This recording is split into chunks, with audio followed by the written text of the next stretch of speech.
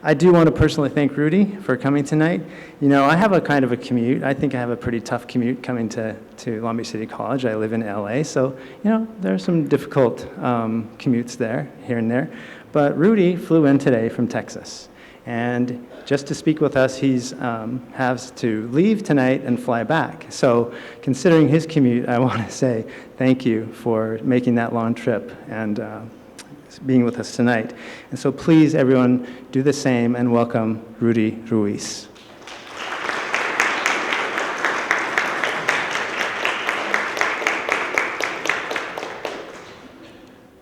Thank you. Thank you very much.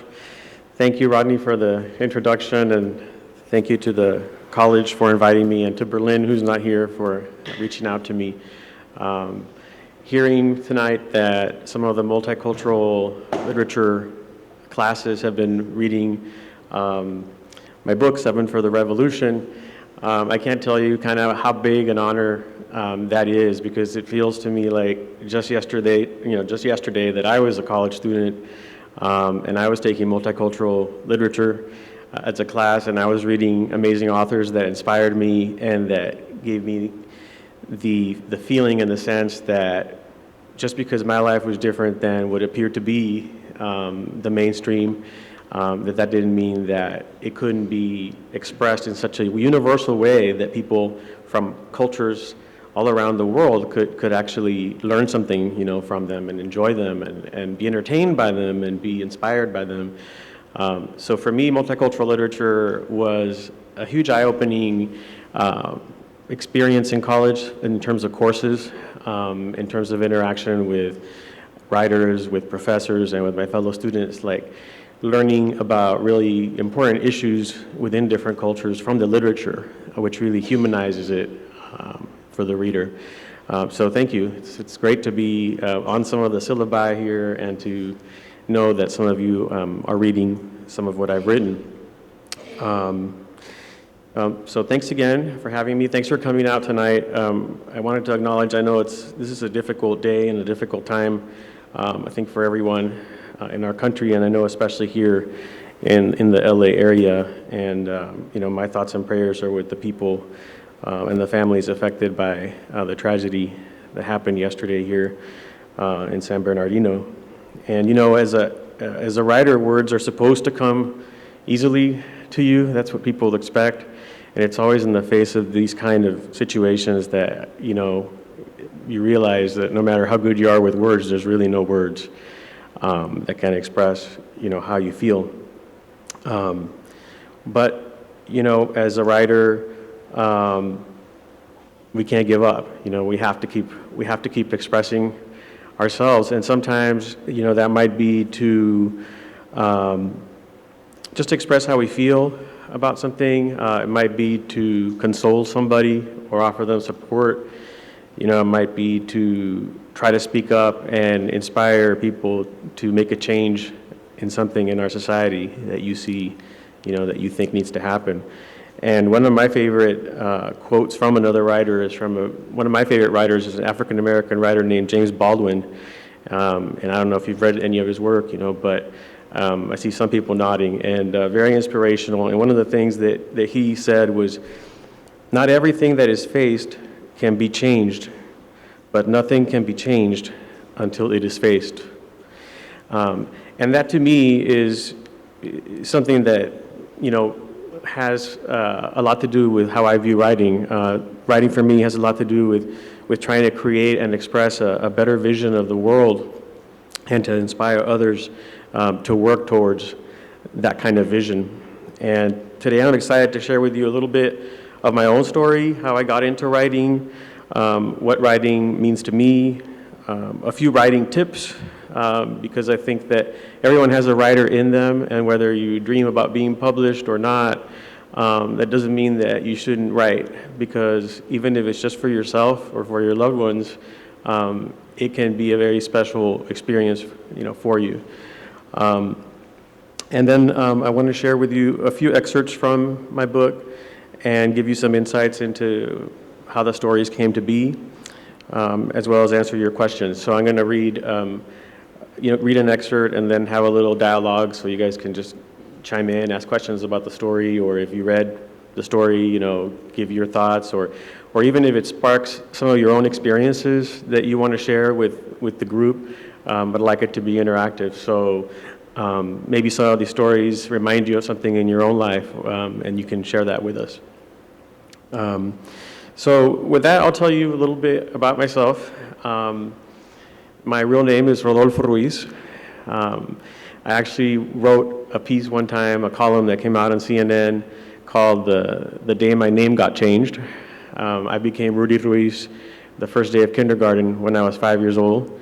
I showed up there and I didn't speak a word of English in kindergarten. I was in Brownsville, Texas. And my teacher, a very, very nice lady named Mrs. Collins, she didn't speak Spanish, and she said, well, this Rodolfo is too complicated, so, we're going to call you Rudy. And it went from there, But I was born and raised in Brownsville, Texas, which is in the southernmost tip of Texas. It's on the border, with Mexico. I lived on a street called Levy Street, and literally Levy Street was right adjacent to the levee that basically was bordering the Rio Grande. So there's a lot of parts of Brownsville that are like that. The river really runs through, the whole area. There's a neighborhood called Southmost that I write about in my book.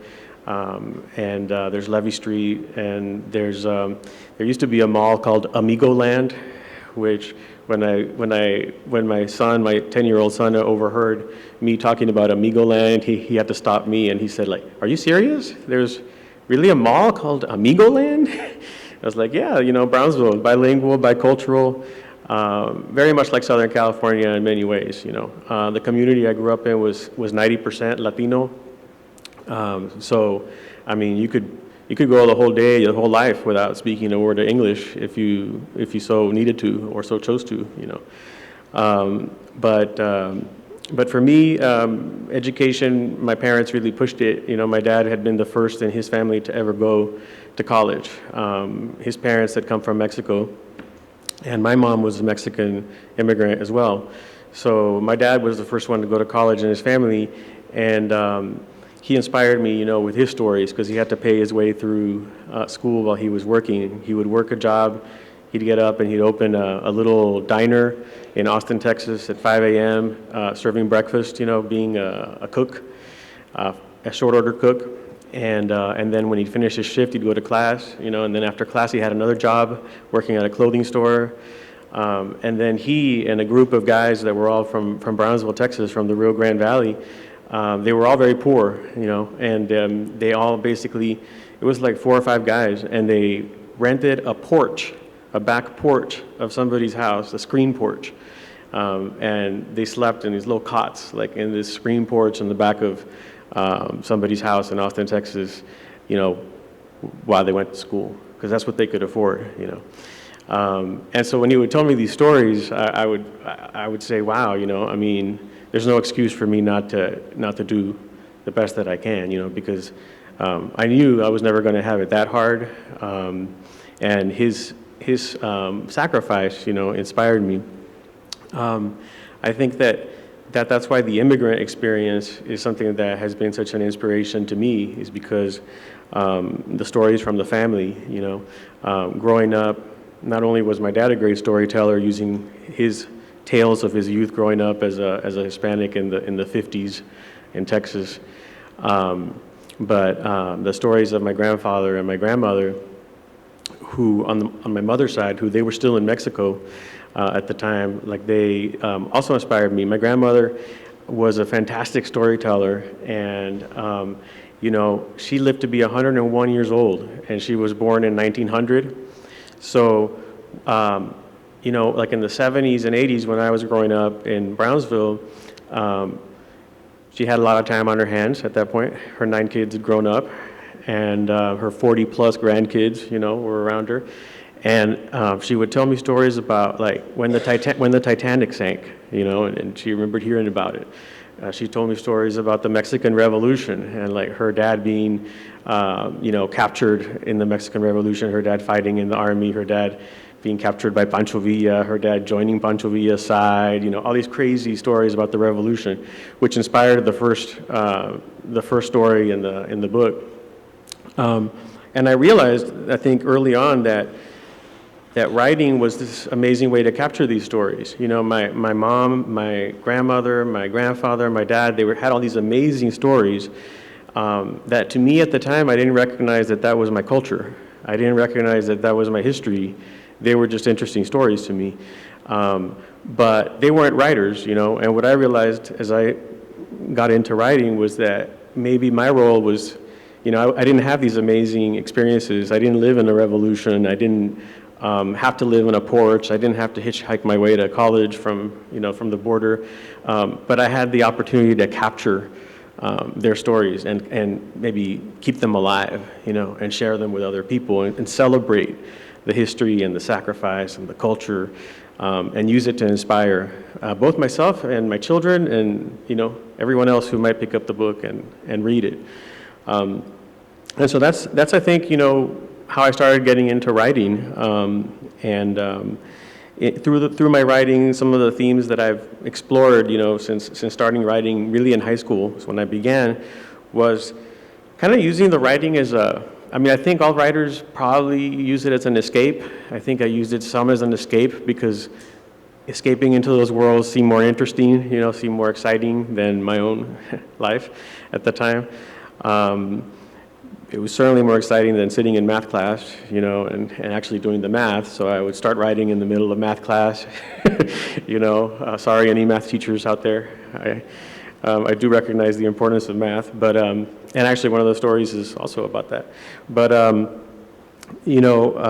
escape was one, and another one became to start to kind of grapple with. It's almost like therapy, because like starting to grapple with my identity, like my understanding of who am I, like where do I come from, and how can I feel both Mexican and American, and how can I be true to myself and be true to these roots, and then be true to the country that I was born in, that I am a citizen of, and the writing kind of helped me work through those thoughts and work through those feelings and like kind of, in a way, come to understand them and express them through other characters. Kind of as a writer, you can remove yourself a little bit from the action, and you create these characters, and then suddenly the characters start living their lives and living through you, and you're writing down what's happening, and then suddenly afterwards you sit back and you look at that and you go, wow, I didn't mean to write that, but like that's the way it came out. Like they made their own decisions almost, these characters, and in some ways then I can learn from them, and I can kind of help them influence my future decisions. So that was an interesting part of the process. One of the other themes I've explored a lot, and definitely in this book, is the immigrant experience. I think, for me, the immigrant experience was obviously why I'm here. But I came to realize that, like most people already know, the immigrant experience is the American experience. Everybody is here in some way, came from somewhere else, except for, as we know, the Native Americans who were already here. But for the vast majority of us, the immigrant experience is something that there's elements of that tie us together, and that is a part of the American fabric. I found that another aspect of writing that I found important to me was not just to understand myself and like my people, but to help other people, help build bridges, and help other people understand where this culture is coming from, how it can be uniquely American, how they can engage and understand Latinos, more effectively, if you will, and value the contributions of immigrants and of Latinos as part of America. And so in my writing, as I went on, as Rodney said, I had a dream in growing up, and that dream was I picked it up in books, and I read in books. As an elementary student, I got really into reading biographies, and I read all these biographies of different leaders, famous people in the United States, and this name kept popping up in the books, and it was Harvard University. And I mean, John F. Kennedy, or whether it was, John Adams, or, whatever president, whatever visionary thinker. And then in magazines, I would read it. I would start reading Time magazine, and I was maybe like in 6th grade. And I would read stories, and then the scientists that they quoted, they would often say, it was like, the study was done by a Harvard professor. So I got it in my head, hey, this is where I want to go to school. And my mom and dad asked me, well, why? And I said, well, it looks like when people go there, like they can make a difference. They're doing some interesting things. And obviously it must be really good. And they said, well, we'll see, mijito, just get good grades and you'll see what happens, And it kind of stayed with me, and I made the mistake of telling other kids, in my class that, hey, I'm going to go to Harvard someday. And they were like, you're crazy, man, you're crazy. You'll be lucky if you even get out of Brownsville, much less go anywhere else, And I stuck with it. I stuck with that dream. I mean, I'm telling you, people were laughing. Literally, they would laugh at me.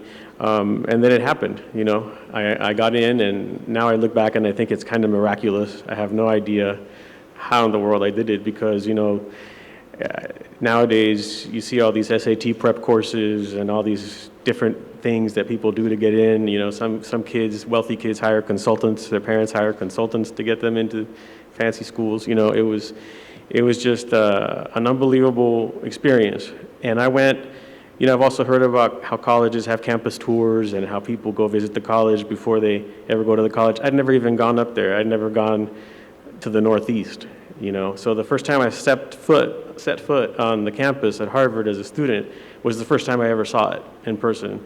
And I only knew one other person there. I only knew one other student. It was a Latino student from San Antonio, Texas, that I had met in a summer camp program.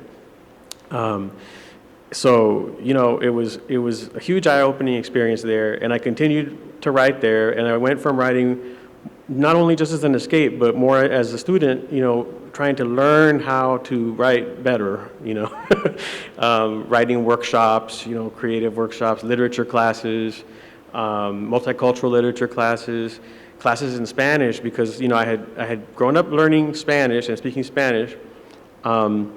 But then what I started finding, when I'd go home and visit during like the Christmas vacation or the summer, I'd be sitting in my grandmother's house and we'd be talking in Spanish. I kept having to switch over to English in the middle of my sentences because I was forgetting the words, I was forgetting the vocabulary. And I was scared. I was like, whoa, what's happening to me? I'm becoming a gringo, I can't let this happen, I'm gonna lose my roots. And so I went back to the school and I asked around, I said, how can I basically practice my Spanish? I speak Spanish too well to take a Spanish class, because I already did that, and I already know how to speak Spanish and I know how to write Spanish. But they said, well, take literature classes, something that had never occurred to me, that I could take a Spanish literature class at a university in the United States. I thought, I didn't even know. Sure enough, there was a whole building called Romance Languages and Literature, where there were professors teaching, in Spanish and Portuguese and French. And it was an amazing experience. I studied, I took every elective I could, in literature, and learned so much, and was inspired by amazing writers who, I think, from the multicultural tradition, it has been very important role of writing to advocate for change, to advocate on a political and social and economic, kind of level for our communities. And there's a real rich history of that kind of political or advocacy type of writing, because well, there's a lot, where there's a lot of injustice, there's a lot of need to speak up and say, hey, we can make this different, And so from there, I continued with my writing. I went to public policy. I graduated from college there, and then I went to the Kennedy School of Government for a master's in public policy, and that's a graduate school there at Harvard also. And life went on, and as Rodney said, I got into business. I got into business because I wanted to combine the creativity and the idea of communications and writing with the idea of advocacy and politics and public policy.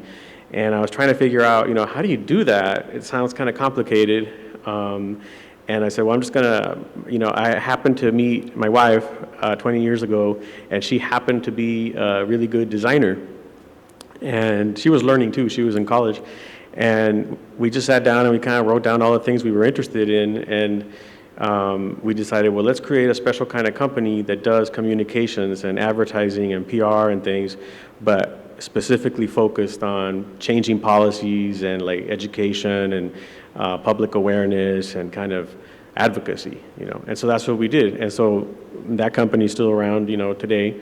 But through that process, I continued writing. But now I was writing advertising. I was writing press releases. I was getting articles run in the media by, by reporters.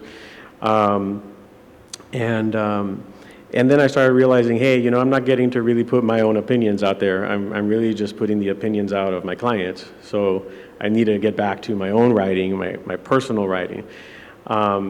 And part of that has been through, in 2008, during the election of President Obama, I was very inspired, like a lot of young people, I'm sure, to see that kind of change happening in our country where somebody, from the African American community could become president. I mean, what an amazing moment. And it also meant for every minority, every Latino and every Asian American out there that hey, if President Barack Obama can do this, somebody from our community can do this too someday. This is big time change. And that inspired me to start writing what are called op-eds or columns in newspapers. And I wrote a lot about the immigration issue during that time because comprehensive immigration reform was a big item in the national debate. And as you know, immigration continues to be a big item in the debate. And so I wrote a lot about that, and it was a very interesting experience, and I still do write about that. And I also write a lot about health related issues, public health related issues, because of the health disparities that exist in a lot of our communities. And so in that process, I started realizing, that when I listened to other people talk about immigration, and oftentimes there were all these people on TV, all the talking heads when you're watching the news on CNN or one of those channels, and they'd be talking about immigration, they'd be talking about the lives of Latinos that were just kind of hanging in the balance, and nobody on the TV was Latino. Nobody was an immigrant, and I thought, well, how did they know what's going on here? Where are they getting their opinion from? I wonder how many immigrants they really know, or how many Latinos they've ever met or been friends with or whatever. So I thought I'm going to write this book, and this book's going to be a collection of stories of kind of trying to capture slices of the immigrant experience through time. And I kind of went back to the times of the Mexican Revolution because I had a good story from my grandmother that I could start with, and went into the present day, and then I went into the future a little bit in the book. And my idea was my thinking was, there's 7 short stories here, and so the book's called 7 for the Revolution. And the idea was, I thought, this country, we really need to revolutionize the way we think about immigration. We need to revolutionize the way we think about immigrants and what immigrants can contribute to America, because this country really has been built, through a lot of toil and effort, in large part by immigrant communities. So I believe that immigrants have a value to bring, to this country, whether it's economic or cultural or what have you. But I thought the book maybe could help humanize the issue. So instead of me writing a column where I was just telling people hey, this is the right thing to think, I thought, let me write a humanized story and let them get in that person, in that character, in that experience, maybe for a moment feel what this person might have felt, and then maybe they'll just suddenly feel differently about immigration because they'll feel it more from a human perspective. And so that's what I did, and I'm committed to continuing to do that. As far as the writing process, when I got into writing the book, and to try to share some tips with you guys about it. I think it's, all about finding inspiration. It's about really looking in your own life, what is it that inspires you? And they always say to write what you know about, and that's for sure. I think it makes sense, to write what you know about, but also to write what you're passionate about, because being a writer is hard work. It's kind of solitary. It's kind of lonely work. You have to mostly do it by yourself. And it can be discouraging because it can take a long time to write something. It can take a lot longer to edit it. It can take a lot longer to even find someone to publish it. So you need to be passionate about it, or else you're going to lose your drive to keep going. The material is everywhere is another key thing. As you're working, I realized that really the material was everywhere in my family and people I knew and friends, just walking down the street, observing things, and picking up little things, reading an interesting story on the website or, some years back a newspaper, and you could just pick up a situation or a character and you could just start imagining what could I do with this? What happened before this event, or what would happen after this event, and just kind of imagine it and fictionalize it, which is a lot of what some of these stories took kernels. And none of the stories that I really just take a story that someone told me or that I lived, and just repeated it, because that would be a memoir. But this was fictionalized, so I kind of added my imagination to it. And another aspect of writing that I guess became pretty cognizant of writing this book, and I think it's something that probably most creative writing teachers or professors would possibly talk about when they're talking about writing techniques, is if I had a PowerPoint, I would flash this slide right now with a triangle, and at the point of each triangle would be these three words: character, plot, and environment. And these three elements, character, plot, and environment, are present in every story. They're really like the three cornerstones of the story structure in a way, of what makes up the story. And I read once that, some stories are more character driven and some stories are more plot driven, and then some stories are more environment driven, which is interesting when you think about it, because when you're getting into writing and you're looking for your inspiration, you might think, well, what is it that inspires me? As an example, they say a lot of science fiction is very environment driven. If you guys ever watched the movie Blade Runner, for example? Blade Runner is an old sci-fi movie, but the environment, when you picture that movie, you kind of picture that environment of, I think it's Los Angeles in the future, and it's always raining, and it's real kind of high tech, and it's a lot of different languages, a lot of Asian languages, You really think of, sometimes I forget what the plot was in that movie, but I have to think a little bit about it. But the environment, I can remember right away. And then some things are more plot-driven. An example of things that are very plot-driven are mysteries. That genre of mysteries, it's always about the plot. And so you see sometimes in mystery genre, there's series of books about a certain detective. There's certain, I don't know. There's a series of mysteries called the Harry Hole mysteries by this author, Scandinavian author, which has been very popular. Or there's those woman in the dragon tattoos, another woman with the dragon tattoos, another example. But they tend to be more plot driven, where each book, there's something going on and a mystery that has to be solved, there's a plot, but the character pretty much tends to come back, and the character doesn't change that much. The character is who the character is, and you're counting on that character being who that character is, and they're going to solve the mystery and so forth. So it's not so much about character development as it is about the plot. And then finally, the other type, more character-driven stories, in what they call literary fiction. Those stories tend to be more character-driven because it's really more about exploring the personality of the main character or several main characters, and seeing kind of how they're changing, their personalities changing, or certain things about the way they see themselves or they see the world, or they see their role in the world, may change throughout the course of the story. So really, it's all about their own development. So plot, character, and environment are really big elements. And so what I thought I'd do is use those as kind of a springboard to share a couple excerpts from the book, and then open it up for questions to talk about, the story and any thoughts that you might have about the story or your own experiences as they relate to the story. This first story, I would say that it's kind of more of the plot-driven. So I picked one that was more plot-driven, one that was more character-driven, and another excerpt that's a little bit more environment-driven.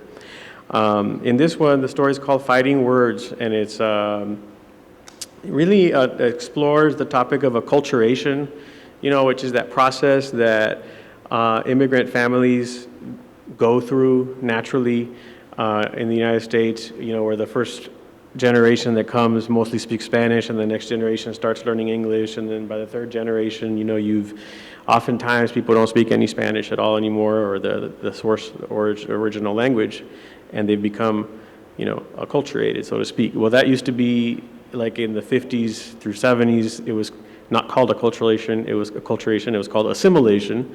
That's changed a little bit, over time, but that's what this story is about, and I'll share an excerpt from it.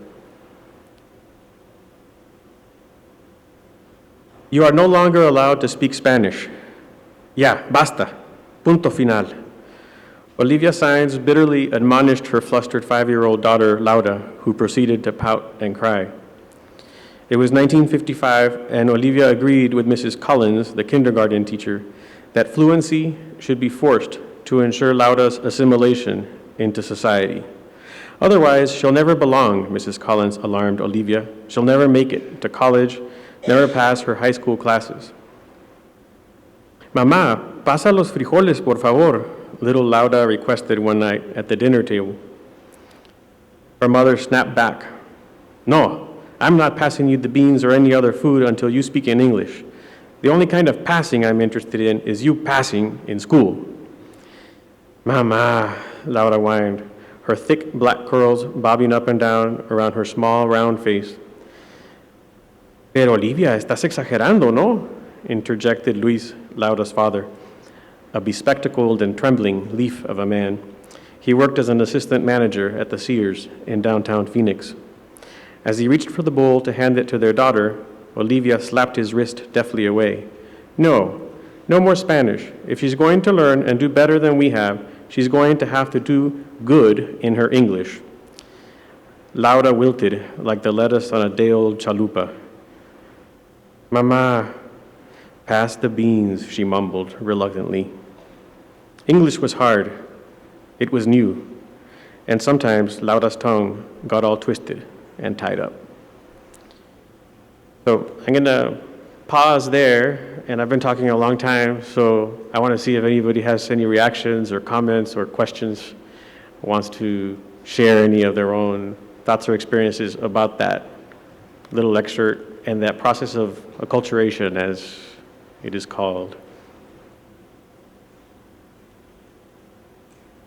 Yes, in the back there. And thank you for being the first one. This might be a little personal, but in the books, like the moms and like the women in the book are not as supportive. Is there like a bad vibe that you have with non-supportive women? I noticed, it's a good question. It's funny because when you write something, you write it from the heart, and then later, when you come back and read it, you look at it, and like I said, sometimes you go, why did I write that, or why did that come out, And no, I personally don't have a purposeful reason for having done that. And in fact, but in this story, the mom was very, I guess, harsh. The mom was harsh with Laura, but the mom thought that what she was doing was in the best interest of her daughter. So her character's kind of not very sympathetic because you don't like her. She's not a very nice person, But the reality is that in her heart, she's trying to do what she thinks is right. And where I got that story from, it came from inspiration from actually my wife's family. My wife's family, when her mom was born like in 1950, also in Brownsville, Texas. And so my mother-in-law and her siblings, their parents were Mexican American as well, immigrants. And so they had not let my mother-in-law and her siblings speak Spanish, so that they had forced them to not speak Spanish and not learn Spanish and basically be just English speakers because of this idea that was how they were going to assimilate. And when I came from a very different family, like a less acculturated family, so to me, when I first learned that, I was like, wow, I was shocked, But then I talked to more and more people, and I realized, hey, this is a thing, I mean, this is common. So I decided to explore it. But I think that even though the mom isn't like very sympathetic, I think that in her heart she was trying to do the right thing. And in some of the stories in the book, for example, It's My Wall Now, which is a story about a woman who's fighting to kind of express herself about this border fence being built on her land. Or the last two stories, which is Liberty Lost, which is about a young woman in New York trying to rescue the kind of like the last vestiges of American dignity in this kind of post-apocalyptic environment. Or the last story, Inverted, which has a female heroine. I tried to make sure in the book that it was pretty balanced and that there were strong female, heroines as well. But thank you. Good question.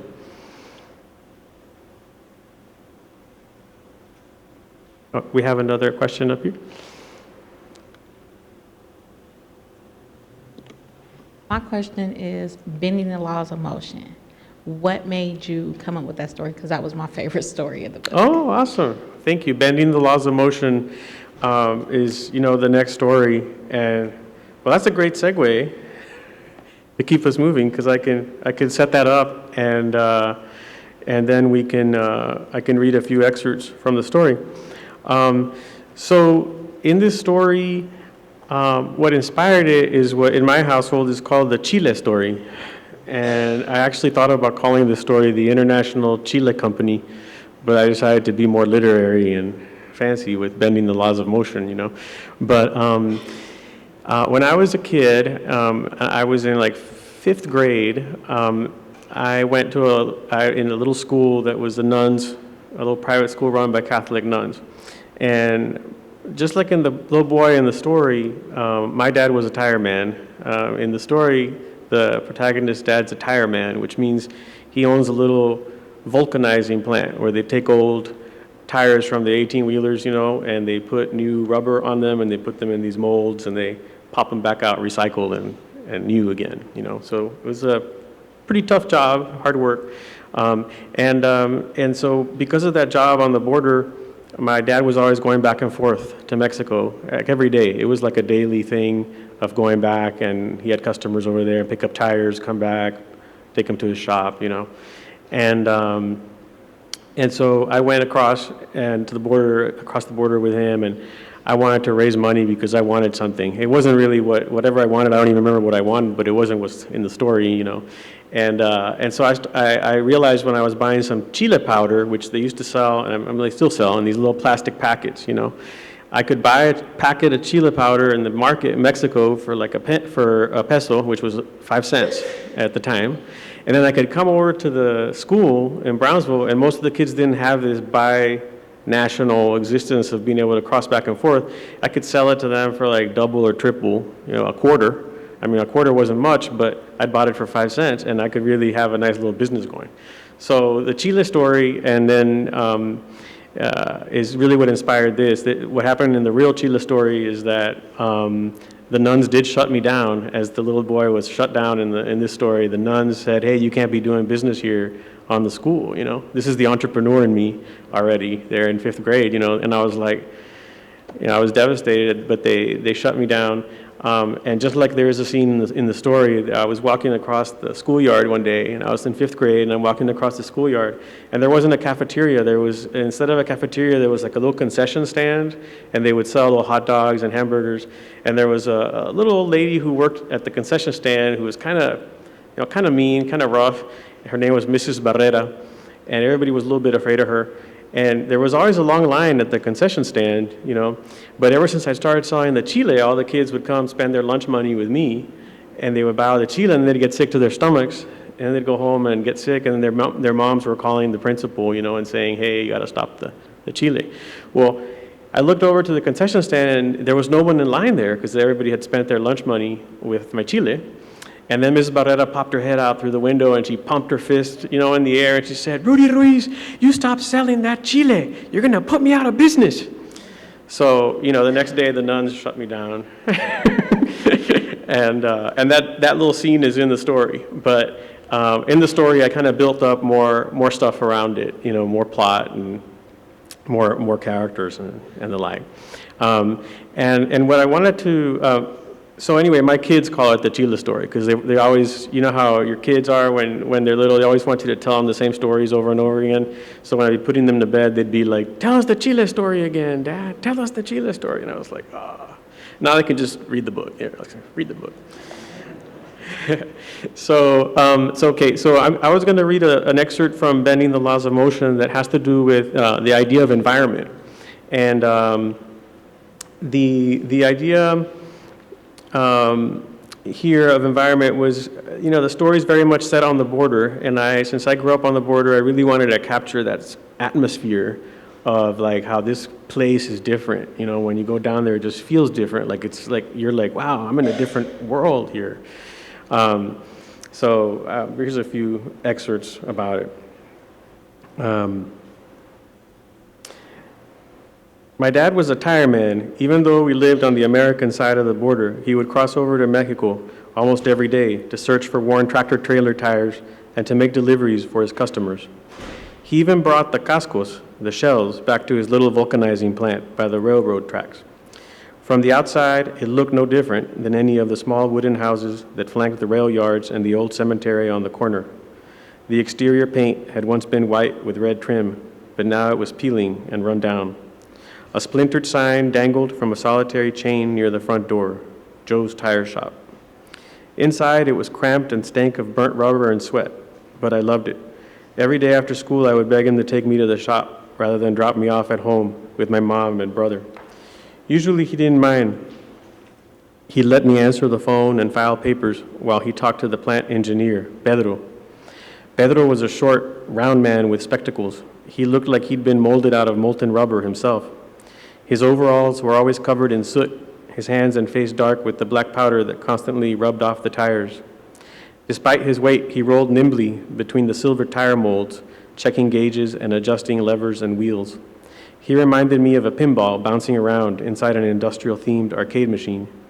Through the hissing steam, he barked commands to his two helpers. It always seemed urgent to me, like he was maintaining a delicate balance, and if he let it go out of hand, the whole place could blow.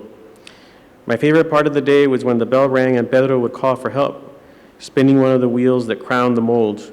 A miniature crane would swing over the steaming tire as he lifted the lid. With a crowbar, he'd pry around the tire's edges, ensuring its clean separation from the steel mold inside. Then he'd attach the hook hanging from the crane and give the order to pull. Out would pop a big old tire that now looked brand spanking new, with deep patterns grooved into its once smooth and useless surface. My father would beam as if he'd just witnessed his own child being born. Another $100, he'd smile and wink at me. When times were good, my dad's wallet would be stuffed full of $100 bills, but when times were bad, it would be crammed only with wrinkled little pieces of white paper. Receipts, he called them, as he instructed me to file them away for the taxes. Even though tires emerged from the molds every day, they were piling up in the warehouse behind the tire shop. Dad's big worry was always how to keep the lights turned on at home and at the shop, the men paid every Friday, and enough money to pay for the rubber he would order from Akron, Ohio. Accomplishing this always seemed like a delicate juggling act. In my dad's beat-up pickup truck on the way home, I rested my chin on the open truck window and gazed out at the passing houses as dusk fell. We lived in Southmost, a neighborhood of tiny wooden shacks crammed behind leaning chain-link fences, smashed between the railroad tracks and the river levee. It was the southernmost neighborhood in the United States. All I had to do was walk across the street and climb the grassy hill in order to see the Rio Grande and Mexico beyond. So in the story, this character he's wanted to buy this bicycle, and that's what inspired him to start his Chile business in the story. And the Chile, you know, when he goes with his father to the market in Mexico, is kind of where he gets the idea. And so I'll follow this with a little bit of an excerpt about when he's at the market. The following Sunday morning, my dad invited me to go with him to the mercado across the border to buy avocados, calabacitas, and chile peppers. For some reason, the ones at the H-E-B could never measure up to the ones sold across the border. The mercado bustled with activity, vendors hawking their goods loudly as crowds milled tightly amidst the dizzying array of stalls. Every fruit and vegetable imaginable could be found, displayed in angled crates within the covered open-air marketplace. Scattered between the stalls were small counters where people could sit and order freshly made tortillas and tacos al pastor, as a smorgasbord of appetizing fragrances stimulated the senses. At the avocado stand, my father chatted with the vendor as if he'd known him since childhood. The wizened old man deftly split the avocados open with one fluid flick of his blade, removing the pit at the same time. He then inserted a single green chile serrano in the groove, clapping the two halves together and placing them in the bag. My eyes swept across the vivid display of peppers, red, green, crimson, orange, yellow, brown. They came from all parts of Mexico and in all shapes, textures, and colors. Long and gnarled, short and smooth, fresh, dried, smoked, pickled, big and small, round and oblong. As my dad picked out what he wanted, my eyes landed on my favorite treat from the mercado, the chile powder. It was a speckled orange and white blend of fine chile powder, salt, sugar, and crystallized lime, a taste bud tingling sensation with a spicy punch. It came in little plastic bags that were 1 inch wide and 5 inches long, all for only 1 peso. 5 American cents in those days, and I loved it. Papa, I dared, tugging at his sleeve. Could I get some chile powder? So, just kind of wanted to share those little excerpts because it is a very long story, as someone pointed out to me a little bit earlier, so it takes a while to get through it, but I felt that those couple excerpts captured some of the writing, I guess, technique in terms of working to establish a real atmosphere of what was the environment like that this young boy was growing up in? What was the border like when I was a kid? And it's changed a lot, but a lot of elements do remain the same. I don't know if maybe anybody has some questions about life on the border or their own experiences of environments like that they've grown up in or that they like to write about, or thoughts. In the story, the little kid wanted a bike, right? I could relate to that because I remember being his age. I was asking my dad for a bike, and then on the morning of my birthday, I woke up to a brand new bike in my living room. I could connect to that, so. Yeah, I think that those kind of moments, like you say, are moments that we remember from our childhood, that maybe make a huge impression on us. And that's where we can draw inspiration oftentimes for a writing assignment or, just writing a story that shares that. And whether you publish that or whether you just share that with someone in your family or your own kids someday, that's pretty cool. Thank you. What would you suggest is the best way to research historical settings? Like if you want to write something about the past and you were never there, what is the best way to research for environment and setting? Thank you. That's a very good question. I think it's a combination of things. I mean, it's amazing what you can find online, obviously. I did a lot of research online for this book in the stories that were set in the past. Particularly the first story, which set in the Mexican Revolution. I had grown up with stories that my grandmother would tell me, from her childhood. She had been like maybe 14 years old at the time of the revolution was going on, and a teenager. And so her recollection, like 60 years later, was just pieces, fragments of what mattered to her as a kid, So when I started to think, I want to write a story about this, I realized, well, I need to get more historical context. You know, I know a few things that my grandmother told me, but what was it really like? What was really going on? And so I started just looking online, you know, finding articles online, finding some books online, and then oftentimes, you know, even if I know a lot of scholars and academics don't like Wikipedia, and they don't want you to quote Wikipedia because you never know for sure if it's accurate. But you might find an entry in Wikipedia where it references a lot of, in their bibliography kind of, where you'll find all the really good, you know, sources for where they got their information. And you could obviously then check out a book from the library or order the book and get kind of into the history of it. I think beyond that, you know, beyond reading about the history, which I found fascinating, because what I found was as I did that, it changed the story for me. I was going to write one story when I started out, and in this story, the character is this colonel. And the colonel in the first story in the book is based on stories my grandmother would tell me about her dad, who was a soldier. And so when I started the story, I thought this story is going to be about this great hero who was fighting the Yaqui Indians in western Mexico, you know. And then that's the way my grandmother remembered the story, you know. But when I started doing the history, reading the history, I started realizing, hey, it wasn't that simple. There was horrible things being done to the Yaqui Indians, you know. Maybe my grandmother's dad wasn't as heroic as she thought he was, or as I always pictured him. You know, maybe he was caught in pretty bad situations, and he was trying to do what he thought was right, but, you know, history is very complex, and, you know, he may have been forced into doing some things that were bad. So I found that process of the research very enlightening, you know, very transformative in terms of just kind of helping create a more nuanced story. I think the other part is talking to people, if you can find people who lived in that period, obviously, that's the best, and then going to the places, you know, and that's always a challenge for time and money to go somewhere. You want to write a story and it was set in another era in another town, and you have to, you know, but if you can get yourself there and kind of still walk those streets and visit those places where some of these things may have happened and just kind of soak it up, I found that very personally inspiring too. So, thank you. Since you lived on the border, since you wrote a book about assimilation to the English language, what do you think about bilingual education?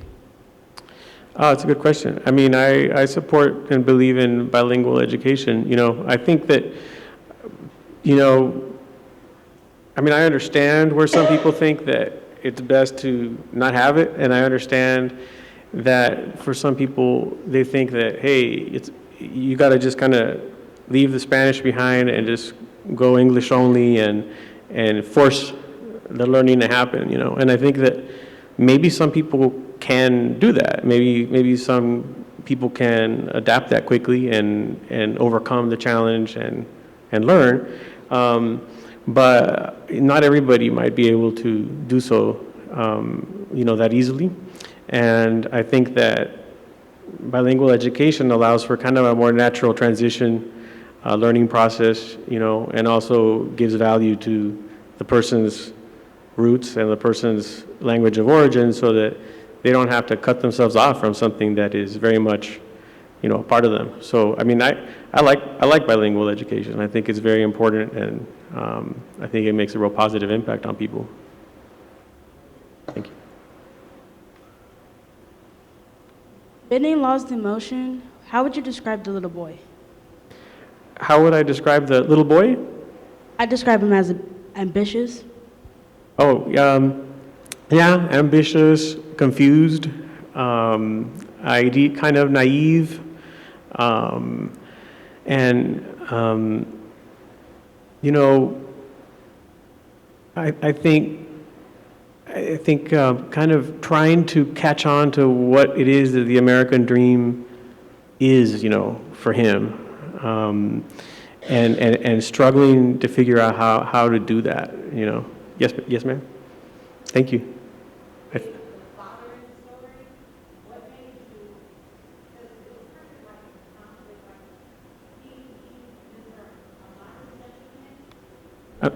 the friend's father. Oh, yeah, That he Mr. Aranda. He kind of looked up to him and was putting his own father down at the same time, but in the end, it's this father who showed to be the most truest of the businessmen. What made you, the dynamics of the father, because that's what stuck out to me the most, was how you played the two fathers kind of against each other? Yeah, thank you. Well, I think it goes a lot to that young boy's quest and grappling to understand, what it is that success means, and I think that that's one of those things that's very challenging for everybody, but especially if you're coming from one culture and you're trying to live up to an ideal of success that is created from within another culture. And so, coming from an immigrant family there for Ramon, the boy,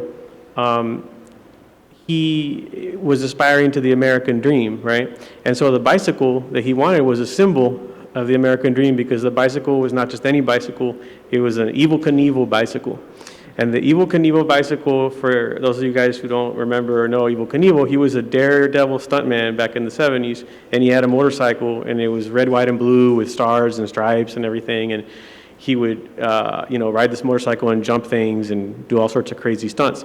Well, back in the 70s, they actually had a bicycle, like merchandising, that was the Evel Knievel bicycle. And I actually had the Evel Knievel bicycle as a kid, so that's why I had that idea, And I didn't realize that when I was a kid, that's probably why I loved the Evel Knievel bicycle, because it represented the American dream to me. But in retrospect, I kind of came to that conclusion, And so for Ramon, like that bicycle represents that he wants the American dream. And then when he sees that his friend's father, who's very affluent, very successful, wealthy, beautiful house and swimming pool and like a little bar out by the swimming pool and a cool stereo system and a Cadillac, everything, he's like, wow, that's the American dream right there, Mr. Aranda and his friend, Mr. Aranda's son. But then when he goes over to a sleepover at Mr. Aranda's house, which his parents didn't want, because in Mexican tradition, like, they didn't like these sleepovers, his dad didn't want him to go, but finally let him go. He goes over there and he witnesses a crime, and he witnesses that Mr. Aranda gets shot in his driveway. Something that was not too uncommon in Brownsville, and still is not too uncommon, unfortunately. And it was because his wealth was like a mirage, it was like an illusion, because he had gotten it through illegal import, export. Yeah, so yes, you're right. I mean, I think the very interesting dynamic was almost like trying to create a little microcosm of a journey that I probably went through as a kid too, seeing people that were very wealthy, and I thought maybe they represented the American dream, and while my dad was just real hardworking, but he was always struggling to keep the lights turned on. But, in the end, he was honest, and the roof over our head was one that, he was earning, through his hard work and his sweat, and the boy comes to that realization that, hey, maybe for a while I didn't like my dad that much, but now I'm grateful. Buenas noches. Buenas noches. My question, it's first kind of like my opinion, or I felt very identified with fighting words, and it's my wall now, because I take everything, not everything, but when I read something and I like it, it's personal to me, and if I can identify something, it's definitely personal. And I see my mom in Olivia, I see my dad in David, and it's my wall. Mm-hmm. And it's interesting because our politicals and cultural and those ideals are very different in my house. We are very diverse, and I keep thinking about them, not Laura, because I see myself as Laura, and I keep thinking about themselves, like do they change? And I want to keep writing your story. I want to continue it, but honestly, do you think about it? Because if you create a character, I know it's fiction, you said it, it's your imagination also, but do you think about it, about them, and do you want to keep going with it? Is there a character that you say, I wish I had the way to explain my readers that Olivia's mom actually apologized to her and said, I'm so proud of you, I was just being tough because I wanted you to be this or that, or no one can actually blame her. She, as you explained it, she was born and raised in a time where Spanish was nothing, you know. You came here, it's English. She didn't want her kids to go through that, and Laura, you know. So I think about it, and I'm like, I cannot continue his story. So maybe is there a character that you would like to keep going with it? I do now, after that. You mentioned the Chile stories. I'm thinking, if he's not taking that, I'm taking it, and I'm gonna continue it. So, is there one? That you'd like Yeah, to- absolutely. Thank you for that. That's wonderful feedback. You know, absolutely. And I think that writers always, you know, get ideas and get inspired by other writers. So if you want to go for it and you know, take some idea like that and build on it and your own inspiration, you know, I'd say that's what it's about, you know, is building on other people's ideas and work and continuing that exploration. For me, yes, you know, it's funny. I think it's one of the biggest challenges of writing short stories, and that format of short fiction is like you have to be pretty brief. And these are actually pretty long stories for short fiction.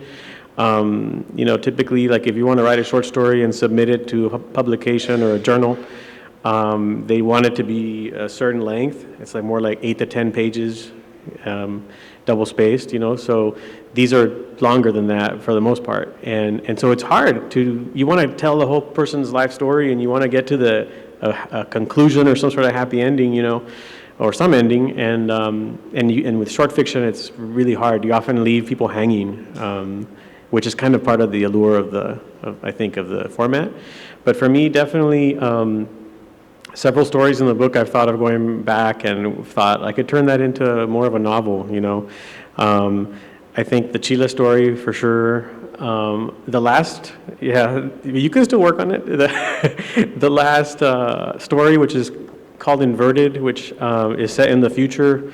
And that story is an idea of what if in the future everything was flipped and the United States was in a shambles, in a post-apocalyptic shambles, you know, and people were seeking out a better life south of the border. And now the tables were turned, and now they weren't wanted, you know. How would they feel? And it's just really taking the classic biblical idea of put yourself in somebody else's shoes, or treat your neighbor as you would want them to treat you, you know. I wanted to kind of create that feeling and that experience in the story. And that story I've always wanted to go back and turn into a full-length novel, because it really left it on a cliffhanger. You know, you don't know if the heroine's going to die or is she going to rise to fight, you know, another day. And in my mind, she's going to rise to fight another day. So I wanted to write the longer story. And with that one, with the fighting words, maybe what you should do is take the idea of that character of Olivia, because the other young lady in the back also brought up the point that she was coming across as very not likable. And then... Liked her. Yeah. There's no way you cannot like her, because you have to be understanding. Right. Well, you know, I had never thought of... I portrayed her in kind of an unsympathetic light, but I kind of also was doing it for comedic effect. The thing between her and her husband, she was always putting him down, and, you know, but it was really, this is why it's so great to interact with people that have read your work, and because to see how somebody interprets it, and then to realize, oh yeah, I haven't really fully told her story, you know, like the story of that person in that generation who's in what I would call that bridge generation between the people that first came here. Olivia's dad was a migrant farm worker, you know, so she's already come a long way herself. You know, she's trying to be an independent woman here. She, in the book, in the story, she goes out, and towards the end of the story, when Laura has become a teenager, she's working. Like, she's become a working woman, you know. So her story is very much not being fully told. It'd be a great story to explore. Thank you. I had a question. In your book, you start off with the bridge, the colonel and his bridge, and you finish with the bridge. Did you do that intentionally, or was it just something that just happened? Yeah, very much. And you know, like as you guys will see on the cover, there's a bridge. That's an old railroad bridge that is similar to a railroad bridge that's actually I grew up often crossing to go to Mexico and back and forth. And you know, in the last story, it talks about how the character, Tennessee was her name, had always had this thing about bridges. and bad things happen to her on bridges, you know. To me, bridges were like, they're just such a symbolic thing, you know. It's about connecting, it's about crossing, it's about coming together, but, you know, bridges can also be symbol of difficult change as well, you know. So it was done very much on purpose. Yeah, and I don't know if you caught the part in the story at the end, but when the character is walking by the bridge, there's a statue of there's like a statue of somebody who you don't really notice in the story because she says something, there's some statue of some famous guy who did something related to the bridge. But that's the colonel from the first story, is that statue that was built to him. So I was wondering if you wouldn't mind, Rudy. We have, I think, some time. People might want you to sign their book, if that's possible, and maybe meet you personally and ask you a few questions. Sounds so good. We have some time for that. Sounds and good. I just wanted to thank everybody for attending tonight, but especially to thank Rudy, who I think is just a very sincere and loving person. I wanted to tell you that in just talking with him over the phone once and meeting him today, I just know that behind those stories is a very thoughtful mind and a thoughtful heart. And partially, and I wanted to embarrass him, and I told him I was going to embarrass him because it's necessary to be embarrassed for doing something he's going to do. Everybody who has come to speak to us is receiving a speaker's fee, but he says, yes, I'll take the fee, but I want to donate it back to Long Beach City College for a scholarship fund. And so, thank you. Thank you. Thank you. So I don't know how you want to do this, if you want to just stay up here and people can queue up and come and meet you.